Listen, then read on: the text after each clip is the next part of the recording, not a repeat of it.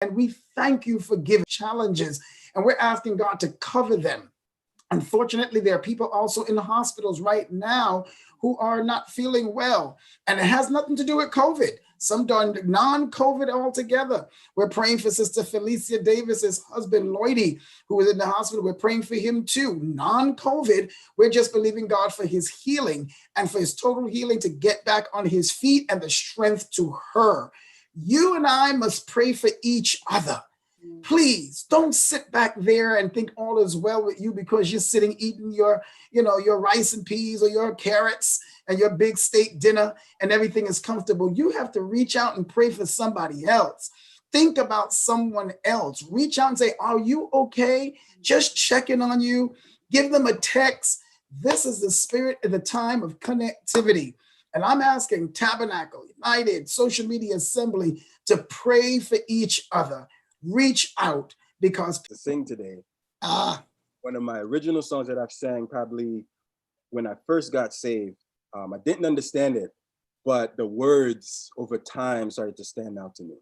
The songwriter says, when I've lost my direction, you're the compass for my way. You're the fire and light when nights are long and cold.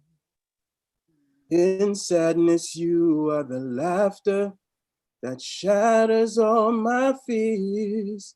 When I'm all alone, your hand is there to hold. Jesus, you're the center of my joy. All that's good and perfect comes from you. You're the heart of my family and my hope. You're the source and finish of my highest dreams. And Jesus, you are Jesus. You're the center of my joy. All that's good and perfect comes from you. Brothers and my sisters, we're in a season of time where the Lord has led me in the beginning of what I will call a series in this part 1. We read earlier today, Luke chapter 22, verses 39 to 46. Sister Rosie read the text well. We're reminded here in this text that I would subject a resubject and a subject, the subject of the Gethsemane experience. And the resubject is struggling with my assignment. Is it my assignment? You know, when you hear the word of the Lord, the scriptures tells us that Jesus is going into the Mount of Olives. We enter into this text really in a different and yet strange way. One of the strange ways when I look at this text is, to me, Jesus's prayer in the Garden of Gethsemane is one of the most awesome, most revealing prayers of all. It helps me understand Jesus in a better light.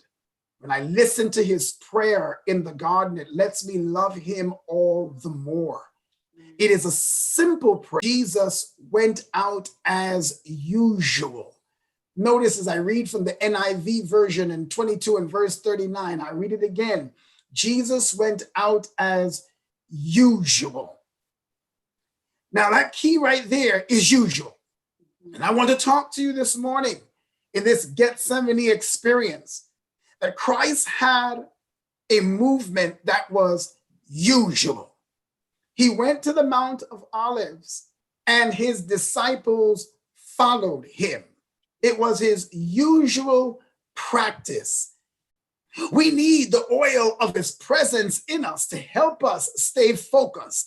If you stay with me, I'm going to shape this, and I'm going to take my time because I'm rushing to I'm going to take my time because I'm going to shape it to the series to understand the Gethsemane experience. All that you are made of is extracted under pressure. When you deal with being in the garden of pressure, the oil press, everything inside of you is going to show us who you are when the pressure hits. If you lose it, it tells us you created no good foundation. If you maintain, more oil will be extracted.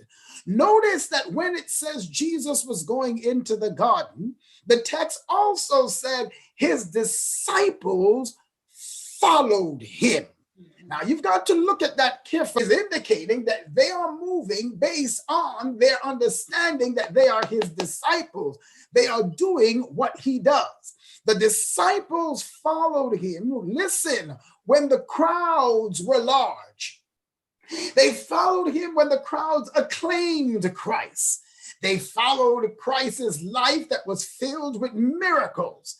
They also accompanied him. They went to places where he was and they helped him and they moved with him. They got food. They were people who witnessed the miracles in following him. So following him into the garden, you cannot be around that type of presence and not feel it.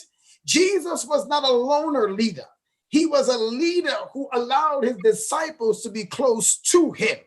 True leaders, if you will, allow those disciples to come near, to feel the pressure and pain, and yet not have to carry it in its full extent, and trust and feel the pressure. But yet we learn how to do what the leader does to maintain, and that is to pray. Now let's go deeper into understanding this. Jesus goes into the garden, the disciples follow him, but notice something about what happens in the garden in the prayer. Jesus prayed the will of God. Listen to me this morning. When Jesus goes to pray, he prays the will of God. In other words, God, Father, is this my assignment or not? Am I supposed to go through this or not? Is this the direction and the path that you want me to go through? And here it is again, another cross for more grace. But his disciples, when they get to the garden, have a different assignment. Jesus says the